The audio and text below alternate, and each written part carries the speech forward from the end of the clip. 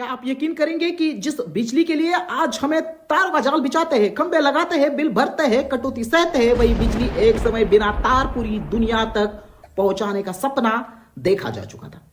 जरा रुकिए, क्योंकि यह कहानी विज्ञान से ज्यादा सत्ता, लालच और नियंत्रण की है। आज हमें लगता है कि बिजली का मतलब ही तार है। बिना तार बिजली की कल्पना करना हमें फैंटासी लगती है। लेकिन सोचिए, क्या विज्ञान हमेशा वही रुक गया जहां बिजनेस चाहता था? अब एक अनकंफर्टेबल सवाल पूछते हैं। अगर बिजली हवा में भेजी जा सकती थी, तो फिर उसे रोका क्यों गया? क्या वो तकनीक असफल थी या उसे असफल बना दिया गया? यही से कहानी सिर्फ इन्वेंशन नहीं रहती और हिडन स्टोरीज ऑफ इंडिया पर आज हम एक सच्ची रियल स्टोरी जानने वाले हैं। साल 1819 के आसपास दुनिया इंडस्ट्रियल रिवॉल्यूशन से गुजर रही थी।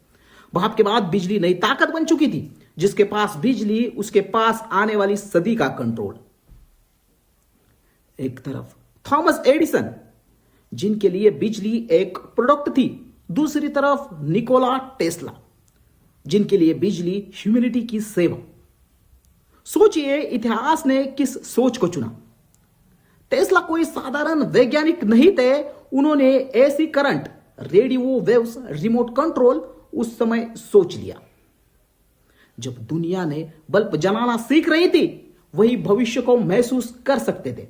टेस्ला ने देखा कि एनर्जी तरंगों के रूप में चलती है। अगर आवाज, रेडियो सिग्नल हवा में जा सकते हैं, तो बिजली क्यों नहीं? यही से वायरलेस पावर की नींव पड़ी। जब टेस्ला बोले कि बिजली हवा में भेजी जा सकती है, तो लोग हंसे, क्योंकि इंसान उस पर विश्वास करता है जो उसे पहले से सिखाया गया हो। टेस्ला ने पब्लिक एक्सपेरिमेंट किए। बल्ब जले बिना तार, एनर्जी ट्रांसमिट हुई। ये कोई कहानी नहीं थी, डॉक्यूमेंटेड फिजिक्स थी। लेकिन जरा रुकिए, अब आते हैं उस टावर पर जिसे इतिहास ने बुला दिया। ओडेंसिफ टावर, न्यूयॉर्क। यह सिर्फ टावर नहीं था, यह दुनिया को वायरलेस पावर देने की मशीन थी। टेस्ला चाहते थे कि पूरी दुनिया एक गेन पावर ग्रिड बने, जहां बिजली और कम्युनिकेशन दोनों बिना तार पहुंचे। आज का इंटरनेट उस सोच की हल्की झलक है। हर क्रांतिकारी खोज एक तरह, यहां भी पैसा बीच में आया। एंट्री होती है जेपी मॉर्गन की, उस दौर का सबसे ताकतवर निवेशक। मॉर्गन ने टेस्ला से पूछा, अगर बिजली मुफ्त होगी तो हम पैसे कैसे कमाएंगे? अब जरा सोचिए, इस एक सवाल ने पूरे भविष्य की दिशा बदल दी। वायरलेस बिजली का मतलब था कोई मीटर नहीं, कोई बिल नहीं, कोई मोनोपोली नहीं। यह सिस्टम को आजाद कर देती। जैसे ही मॉर्गन को समझ आया कि इस तकनीक पर कंट्रोल संभव नहीं, फंडिंग बंद कर दी गई और टावर अधूरा रह गया। और वायरलेस इलेक्ट्रिसिटी धीरे धीरे इतिहास से पूरी तरह गायब कर दी गई।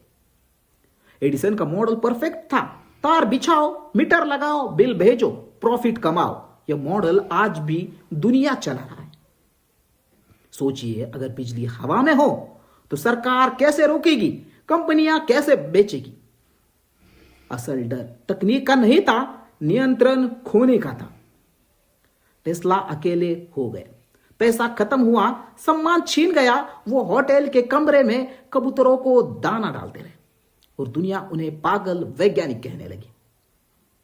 1943 में टेस्ला की मौत हुई, अकेले, बिना शोर। लेकिन यही से कहानी और डरावनी हो जाती है। टेस्ला की मौत के तुरंत बाद यूएस गवर्नमेंट ने उनकी सारी फाइल जब्त कर ली। आधिकारिक बयान कुछ खास नहीं था। लेकिन सोचिए, अगर कुछ नहीं था तो जब्त क्यों किया गया? आज भी कई डॉक्यूमेंट्स पूरी तरह पब्लिक नहीं है। यह सवाल खुला है, क्या वायरलेस पावर वाकई दबा दी गई? आज एमआईटी, नासा और कई यूनिवर्सिटीज वायरलेस पावर पर काम कर रही है। मतलब विचार गलत नहीं था, बस समय से पहले था। आज की वायरलेस चार्जिंग छोटी दूरी तक सीमित है। क्यों? क्योंकि लार्ज स्केल फ्री पावर आज भी सिस्टम के लिए खतरा है। हर क्रांतिकारी खोज सिर्फ वैज्ञानिक सवाल नहीं होती, वह सत्ता और नियंत्रण को सीधी चुनौती देती है। सोचिए, आज गांव गांव बिजली होती है, युद्ध कम होते, ऊर्जा पर लड़ाई नहीं होती, लेकिन इतिहास अगर से नहीं चलता तो सवाल यह नहीं है कि वायरलेस इलेक्ट्रिसिटी संभव है, तो सवाल यह नहीं है कि वायरलेस इलेक्ट्रिसिटी संभव थी या नहीं। असल सवाल यह है कि क्या दुनिया इसके लिए तैयार थी। जब तक विज्ञान प्रॉफिट से बंधा रहेगा, टेस्ला जैसे सपने हमेशा दबते रहेंगे। आज जब हम सस्टेनेबिलिटी, रिन्यूएबल एनर्जी की बात करते हैं तो टेस्ला की सोच फिर से जिंदा हो रही है। इतिहास सिर्फ जीतने वालों की कहानी नहीं होता, वह उन विचारों का कब्रिस्तान भी होता है जो सिस्टम को बदल सकते हैं। तो सोचिए, क्या वायरलेस इलेक्ट्रिसिटी सिर्फ एक असफल प्रयोग थी या एक ऐसा सपना जिसे जानबूझकर अधूरा छोड़ दिया गया? क्योंकि जब विज्ञान, मानवता और आजादी एक साथ खड़े हो तो इतिहास वाकई बदल सकता है। तो दोस्तों, यह था हिडन स्टोरीज ऑफ इंडिया का आज का वीडियो कैसा लगा कमेंट करके जरूर बताएं। वीडियो पसंद आया हो तो वीडियो को लाइक करें, कमेंट करें, और नए हो तो ऐसे ही इतिहास से जुड़े रहने के लिए और नए इंटरेस्टिंग टॉपिक जानने के लिए चैनल को अभी सब्सक्राइब करिए। तो दोस्तों, मिलते हैं ऐसे ही इतिहास से जुड़े अगले इंटरेस्टिंग टॉपिक के साथ। तब तक के लिए जय हिंद, जय भारत।